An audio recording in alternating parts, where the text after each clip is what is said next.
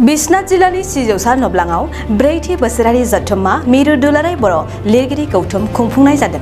बिश्नाथ जिल्लानि सिङाव थानाय न'दुवार हालामनि सिजौसा नब्लाङाव न'दुवार बर' गुदि थुनलाइ आफादनि बानजायनायाव 28-29 साननैनि हाबाफारि लाना ब्रैथि बोसोरारि जथुम्मा मिरु दुलाराय बर' लिरगिरि गौथुम खुंफुंनाय जादों। बे हाबाफारियाव गाहाय आलासि महरै बिटिआरनि मावफुं सोद्रोमा दावबायसा बर' बिथांजों लोगोसे बर' थुनलाइ आफादनि गाहाय नेहारारि प्रशान्त बर' लोगोसे अरुणाचल प्रदेशनि सिजौसानि समाज सिबियारि बांसा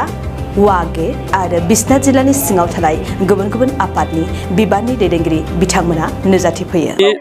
जोंनि बर' लाइमोन लिरगिरि गौथुमनि ब्रैथि बोसोरारि जथुम्मानि गेवलां मेल आरो नैबे बिश्वनाथ जिल्ला बे न'दुवार ओनसोलनि सिजौसा बे गुदि फरायसालिनि लांगोनायाव बे जथुम्माया जादों आरो बेवहाय आङो जोंनि बिटिआरनिफ्राय आलासि महरै आङो बाहागो लाफैदों आरो जोबोद गोजोननाय मोनदों। मानो होनना बुङोब्ला जोंनि जायखिजाया बिथिंनि नोजोरारि बा दैदेनगिरियानो होन बा लिरगिरियानो होन बेखौ जुदि जों सोरजिनांगौब्ला लाइमोनखौनो जोङो बांसिनै गोसो होनांगौ आरो बे हिसाबै जोंनि बर' लाइमोन लिरगिरि बिथांमोना खौसे जानानै जि मोनसे गौथुम दाबाय आरो दानानै बिथांमोना बोसोरफ्रोमबो लाइमोन लिरगिरिनि गेजेराव माखासे सावरायनाय हाबाफारि लायो। बर' थुनलाइखौ बोरै जौगाहोनो हायो, बर' रावखौ बोरै जौगाहोनो हायो, बिनि थाखाय बिथांमोना माखासे बिथांखि लायो आरो आं बे समाव बिथांमोनखौ खावलायगोन आरोबाव जोंनि बर' थुनलाइनि जि बाख्रि बे बाख्रिखौ जोंहा जौगाहोबावनो गोबां आंखाल दंबावो। बिनि गेजेराव जोङो ट्रान्सलेसन एबा राव सोलायनाय थुनलाइ बेयो जोंहा जोबोद आंखाल जानानै दङ गासैबो बिथिंनि आयदायाव आरो बेखायनो बे बिथिंखौबो जोंनि लिरगिरि एबा लाइमोन लिरगिरि बिथांमोनखौ आं खावलायबाय जाहाथे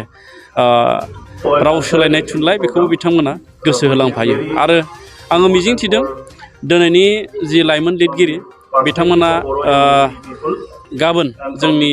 बर' थुनलाइनि जि बाख्रि बेखौ फोगोमनायाव गोबां बिहोमा लानो हागोन।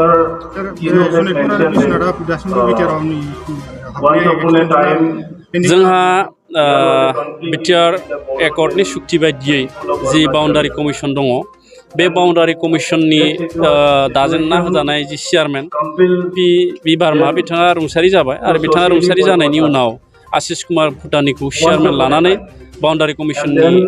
मासिगिरिखौ सुफुंनाय जादों आरो बे बाउन्डारि कमिसना भारत सरकारनो जिखिनि बाउन्डारिनि रेपर्ट बे रेपर्टखौ साबमिट खालामबाय आरो खम दिननि गेजेरावनो बे बाउन्डारिनि जि रेपर्ट बेखौ नायबिजिरनानै भारत सरकारा बिटिआरनि जि सिमा बारायनाय बे सिमा बारायनायखौ खालामसिगोन होननानै जों खौरां मोनदों। हा हुनि बेलायावथ' दिनै फरेस्ट रुलार 2006 बायदिब्ला जों जायफोर हाग्रा ओनसोलाव थानाय जोंनि हारिनि सुबुं हा मोननांगौमोन नाथाय गोलाव बोसोर जाबाय थेवब्लाबो दायो जोंनि जि जरिप एबा सिमा बा जि जोंहा सिमा नायनाय एबा हाखौ सार्भे खालामनाय बेयो सोलिगासिनो दङ। बिटिआरनि चिरां जिल्ला बाक्सा जिल्ला बाहाय सिमा बा हानि जि नायबिजिरनाय बे सोलिगासिनो दङ आरो नैथिंबो खम साननि गेजेरावनो खम दिननि गेजेरावनो बियो सोलिगोन आरो बयबो आयेन बायदियै बयबो हानि मोन्थायखौ मोनगोन।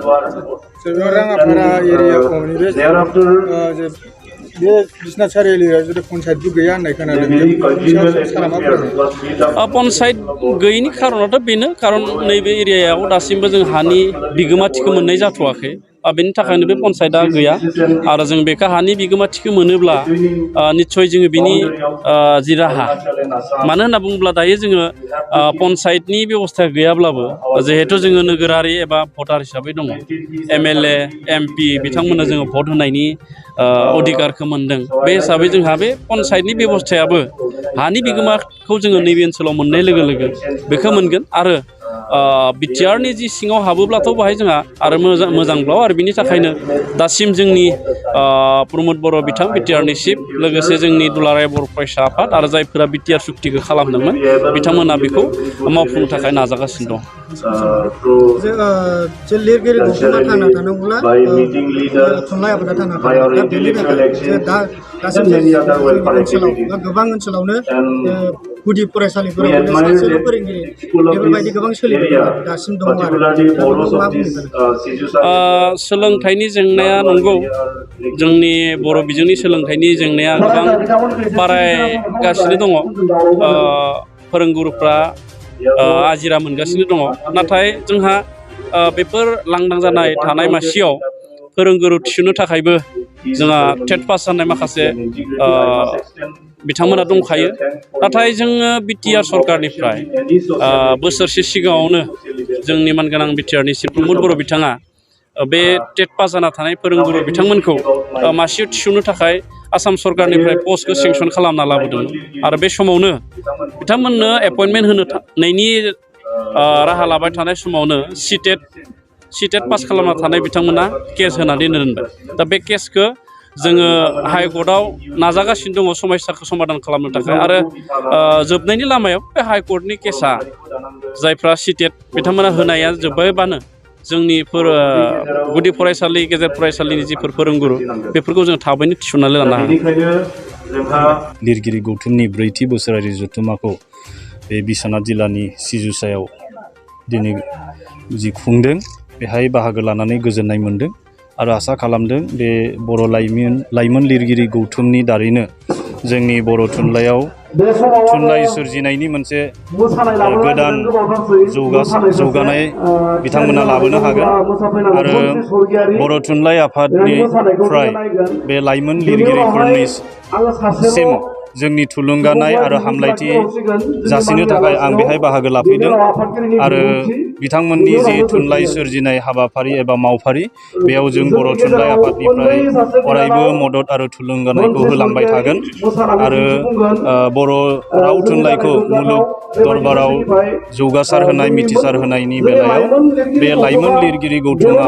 मैखोमै बिफाव लानो हागोन बेखौ मिजिंथिबाय।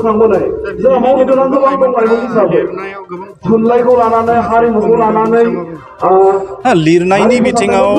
लाइमोन लिरगिरिफोरा दिनै थुनलाइ मुखुब जादों नाथाय फरायगिरिफोरनि आंखाल बेखौ जों बयबो मोनदांदों आरो बे बर'फोरनि गेजेरावल' जादों बेबायदिबो नङा मानोना ससियेल मिडियानि जि साग्लोबसारनाय आरो इनफरमेशन एन्ड टेक्न'लजिनि जि दिनै जौगानायनि मोनसे महर मोनदों बेनि थाखाय माने बे ट्रेडिशनेल जि रिडिं ट्रेडिशनेल गोदोनि जि दोरोङारि फरायनायनि बिजाब फरायनायनि जि हुदा बा खान्थि बेफोरो एफा एनै खमिलांनायखौ जों मुलुगनाङैनो नुनो मोन्दों आरो बिनि गोहोमा दिनै बर'फोरनि गेजेरावबो गोग्लैदों बेनिखायनो आथिखालनि बर' लाइमोन लिरगिरिफोरा बिजाब फरायनायनि सोलायै बांसिन सम समाजारि बिजों ससियेल मिडियायाव बिजि थानायखौ मुखुब थानायखौ जों नुनो मोनो आरो बे गुगोल्स एबा गुबुन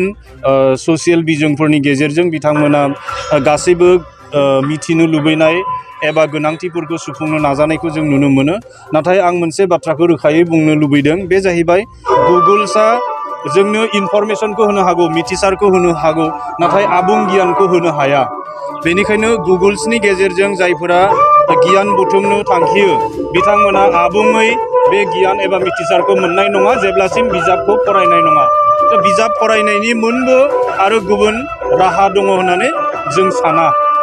दिनैनि समाव बर' थुनलाइखौ जौगाहोनायनि उसिलायै माखासे बर'नि दैदेनगिरि समाज सिबियारिफ्रा गावनि फिसाफोरखौ बर' बिजोङाव फोरोङालासिनो गुबुन बिजोङाव फोरोङो बेनि सायाव मा बुङो? ना जों बेखौ लुबैगोन जाहाथे बयबो गोरों गोरा मानसिफोरनि गथ' गथायफोराबो बर' बिजोङाव फरायनांगौ नाथाय बेबायदि होननानै मोनसे हारिनि 100% मानसिनि गथ' गथायफोरा जे मोनसे बिजोङावल' फरायनांगोन बेबायदिबो बाथ्रा गैया दिनै बर'फोरनि गेजेरावनो माखासे 10-20% मानसिफोरनि फिसाज्लाफोरा गुबुन बिजोङाव फरायो बे सम थासारि आरो जायगाखौ लानानै हयथ' बिथांमोना फोरोंनांगौ जायो बिदिबो जानो हागौ नाथाय बांसिन बिसाननि बर' फरायसाफोरा जेब्ला बर' बिजोङैनो फरायगोन अब्ला बे जोंनि बर' बिजोङा थांनानै थागोन आरो अब्लासो जोंनि बर' थुनलाइ आरो बर' हारिमु जेब्लायबो जौगासारनायनि खाबुखौ मोनगोन मुलुगाव जुदि जों मोनसे एखुथा हारि हिसाबै सिनायथि होनानै थांनानै थानांगौब्ला अब्ला बर' रावखौसो लानानै जों सिनायथि होनांगोन मानोना धोरोमाव दिनै जों रोखोमसे नंला महर मोखांजोंबो रोखोमसे नङा गाननाय जोमनायाबो सोलाय सोल' जानो हागौ नाथाय रावा जोंहा जुगामि थागोन आरो बे रावनि गेजेरजोंसो जोङो मुलुगाव हारि हिसाबै गावनि सिनायथि आरो आब्रुथिखौ जों लाखिनो हागोन बेनिखायनो बे रावखौ फोथांनानै लाखिनायनि सार्थआवनो आरो हारि हिसाबै थांनानै थानायनि सार्थआवनो जोङो बर' बिजोंखौ जिखि जाया हालोदाव जिखि जाया कन्डिशनाव जिखि जाया बेसेन होनानैबाबो जों फोथांनानै लाखिनांगोन आरो बर'नि दैदेनगिरिफोरा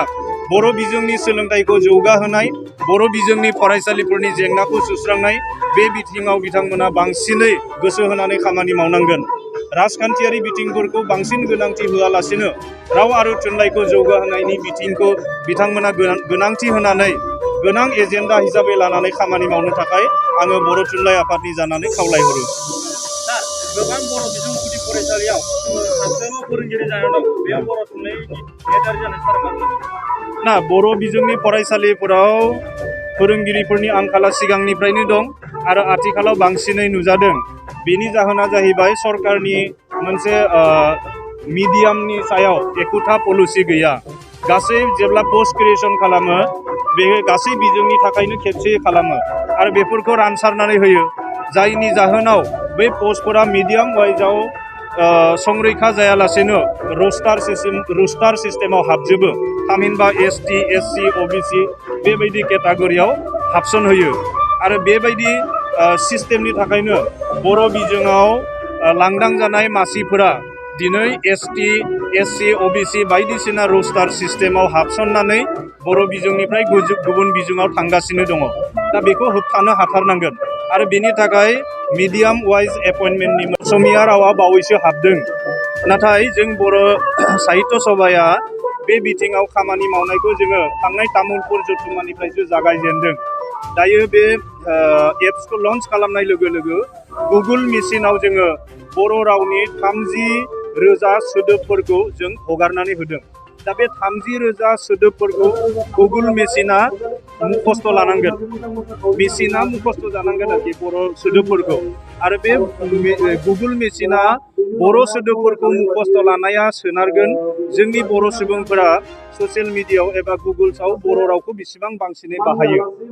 बेनि सायाव सोनारनानै बे मेसिना बे बर' वर्ड्सफोरखौ भकेबुलारिफोरखौ मुखस्थ' लानायनि खामानिखौ बे मावगोन बेनि थाखाय मास मोननै मास मोनथाम 6 मास बोसोरसेबो लानो हागौ 10 बोसोरबो लानो हागौ बे सोनारगोन जोंनि बर' फिसाफोरनि सायाव जों जेसेबांनो बेखौ मैखोमै बाहायगोन एसेबांनो गुगोल इन्जिना बेखौ आजावनानै लागोन आरो जेब्लानो बे गुगोल इन्जिना बर' सोदोबफोरखौ